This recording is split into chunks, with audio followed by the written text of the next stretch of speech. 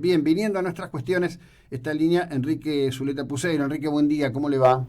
Muy buenos días, ¿cómo están? Bien, bien, Enrique. Bueno, realmente con ya listas cerradas, paso en marcha, inclusive diría muy discutidas en su naturaleza de si tienen sentido o no tienen sentido, comienza a aparecer entre la conformación de las listas, entre los que no están en las listas, una suerte de auténtico cambio de tiempo en muchos sentidos en la política, ¿no? Bueno, las PASO están todavía en fase de experimentación, es un invento argentino.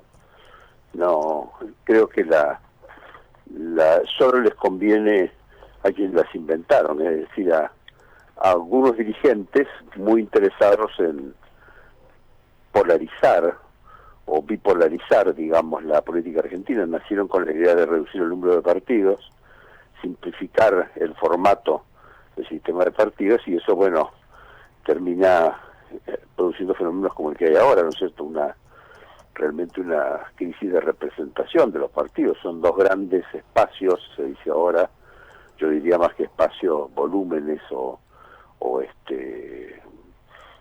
dos grandes formaciones muy jerárquicas, muy manejadas, muy, yo diría, artificiales hasta cierto sentido. Una sociedad que tiene enormes matices, una sociedad plural, se ve así forzada a entrar en dos embudos o dos embudos y medio, ¿no? Ujú. Y elegir esto o lo otro. Entonces, ¿qué hace tanta gente que tiene un pensamiento diverso? ¿Qué hace alguien que no está de acuerdo? No es ni macrista ni kirchnerista. ¿Dónde se mete? Me parece entonces que eso se ha visto agudizado ahora con la cuestión de la fragmentación del peronismo, que ocupa un lugar central en todas las opciones. Ujú. De alguna manera, lo que usted me dice me lleva a algo que me acuerdo que había surgido después de la campaña por el tema del Beagle, cuando en conversaciones que habían llevado adelante, entre otros José Luis Manzano, Leopoldo Moró, se hablaba de armar una coalición política al estilo del PRI mexicano, ¿no? Después eso fue como un experimento, pero en un cierto sentido la colusión de intereses a la que usted hace referencia casi nos coloca en un lugar bastante parecido, ¿no? No, claro, por supuesto. Esto creció, lo de las PASO, en un momento muy significativo. Es cuando eh, el kirchnerismo tenía una posición muy dominante, muy hegemónica.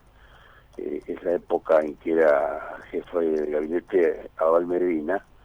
Entonces, el radicalismo, por aquel entonces gobernado por los santafesinos, que eran admiradores profundos del sistema de lemas, deciden encarar una reforma que fue la última reforma electoral, y con esta idea. Esta idea yo creo que daba una idea, como en el 94 pasó con el balotaje.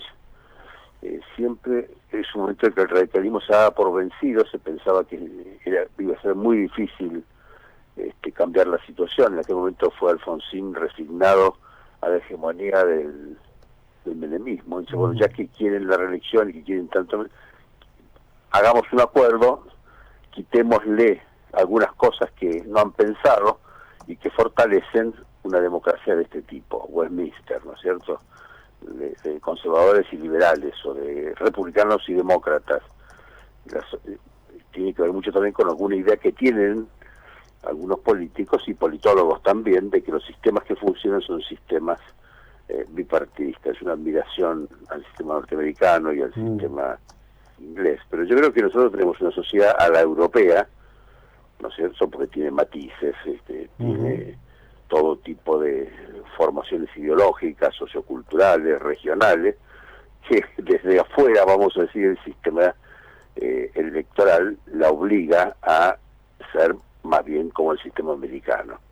Ese es el problema. Entonces se produce una brecha de representación que, si le agrega a usted encima el hiperpresidencialismo, que es otro Uh-huh. fenómeno también muy que fuerza la realidad desde afuera, desde las instituciones, se produce esta crisis de representación.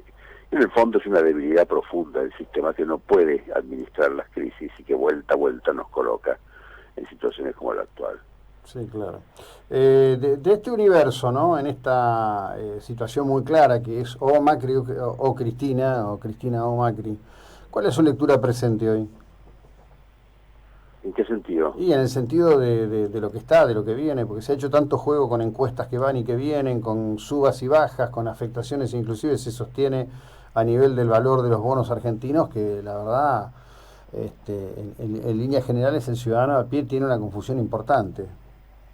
No, yo creo que es una competencia bipolar, la ventaja la tiene el peronismo. Al día de hoy, es decir, ayer que cerramos una medición que contempla días anteriores al cierre de lista y el día posterior al cierre de lista, pero si están en el momento de esta discusión, lleva 9 puntos de ventaja el peronismo, llevaba 11, lleva hoy 9 puntos en lo que podríamos llamar las PASO. Después, cuando se pregunta por la intención de voto en octubre, esa diferencia se reduce a 7, pero es una distancia que habrá que medirla de nuevo una vez que la sociedad de alguna manera procese estos cambios y procese una cantidad de datos nuevos. Lo que está claro es que la llegada de Pichetto al Cambiemos, hoy somos el cambio, lo que le ha dado es un nivel de apertura y de flexibilidad que le permite una sobrevida. Estaba muy, muy encerrado y muy agotado, vamos a decir, la posibilidad de competir, y al mismo tiempo produce una crisis en el principio de la unidad del peronismo, que era un principio central en lo que había regido las 11 provincias que habían votado antes de esta votación nacional. Y entonces ya no se puede decir que el peronismo está unido, que fue un argumento que llevó incluso a Massa a incorporarse, o que llevó a Alberto Fernández a explicar el por qué se producía este retorno, vamos a decir, al kirchnerismo, porque el kirchnerismo había dejado de ser tal porque se había producido un fenómeno de unidad. Bueno, creo que la llegada de Pichetto rompe, impacta en la línea de flotación de esa idea de la unidad del peronismo.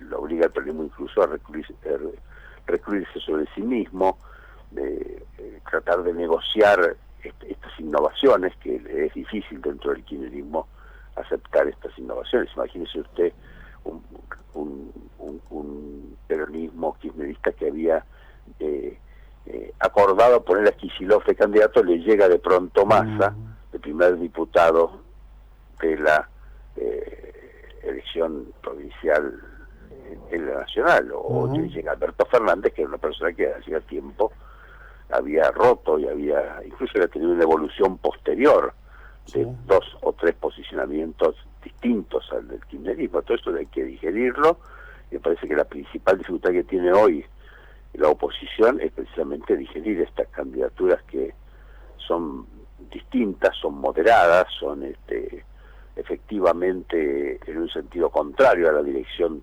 tradicional del cristianismo. Bueno, esto reduce la posibilidad del peronismo porque lo encierra en sí mismo, y al mismo tiempo abre a la oposición, al gobierno, que tiene una posibilidad de abrirse hoy hay más candidatos a diputados en la provincia de Buenos Aires peronistas que radicales. Ha cambiado de naturaleza la coalición gubernamental. Totalmente. Lo que pasa es que también ahí la aparición de Pichetto revela lo que ha sido, a mi criterio, la extrema debilidad que tenía la coalición original, donde había cuestionadores y faltaban los apologistas, ¿no? Es decir, Pichetto en su presentación. Claro, por supuesto, eso es así. Además, esa coalición electoral exitosa del 2015, que no funcionó como coalición de gobierno, tampoco estaba funcionando esta vez como coalición electoral. Fue realmente una solución in extremis, que produjo resultados sorpresivos incluso para los propios actores centrales, que son indudablemente el grupo que rodea al presidente. Nunca pensaron que esa innovación iba a producir ese impacto enfrente y adentro también. No llegó votos, pero le dio densidad, le dio volumen, le dio yo diría una posibilidad de cambio, porque había muchísima gente que lo que le estaba exigiendo al macrismo era flexibilidad, precisamente, apertura. El propio radicalismo en su convención venía planteando la necesidad de abrir la coalición. Lo que no sospechaban los radicales es que abrir la coalición iba a significar esta esta implosión de la coalición originaria, y hoy va a ser muy difícil que el radicalismo recupere cualquier tipo de papel dominante dentro de la coalición gubernamental. Lo que agregó es la entrada de una cantidad de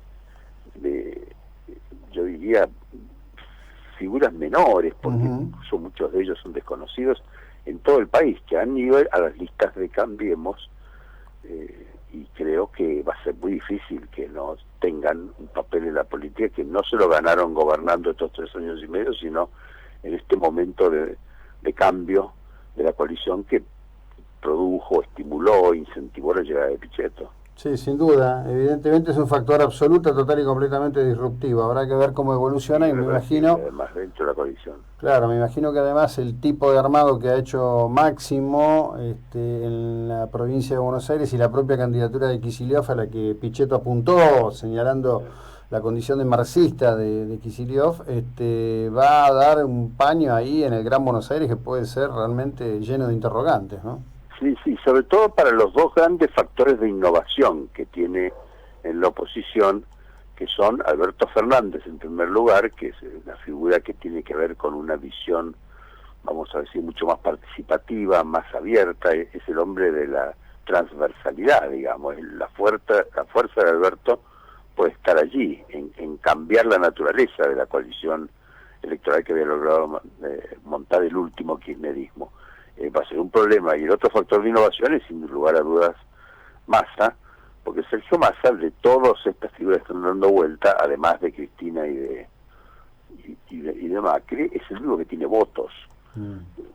No pocos, porque es casi el 10% a nivel nacional, y la mayor parte de esos votos están en la provincia de Buenos Aires. Sin lugar a dudas, si él llega a la provincia de Buenos Aires a hacer campaña, realmente va a inclinar la balanza a favor de la oposición. Ahora vamos a ver si puede, si quiere, si sabe hacer campaña teniendo además como candidato a gobernador a Kicillof, ni más ni menos que en el match Kicillof-Vidal. ¿Cuál es el lugar de Massa? Hablando de la provincia, hablando de lo nacional, ¿hay resto para lo nacional en esa elección? Claro que lo hay, pero son todas contradicciones internas que vamos a ver cómo funcionan. No es fácil preverlo por la importancia de estas figuras y sobre todo la diferencia que hay entre la lógica de la elección gubernativa y la lógica de la elección nacional. Están juntas, pero no dejan de tener, vamos a decir, factores distintos. Vidal no es Macri, ¿no es cierto? Y Massa no es Máximo. No, eso está clarísimo. Enrique, como siempre, gracias, buena jornada, muy amable. Gracias a usted. Hasta luego, Enrique Zuleta Puceiro, su lectura al respecto de este peculiar e intenso momento que estamos viviendo los argentinos.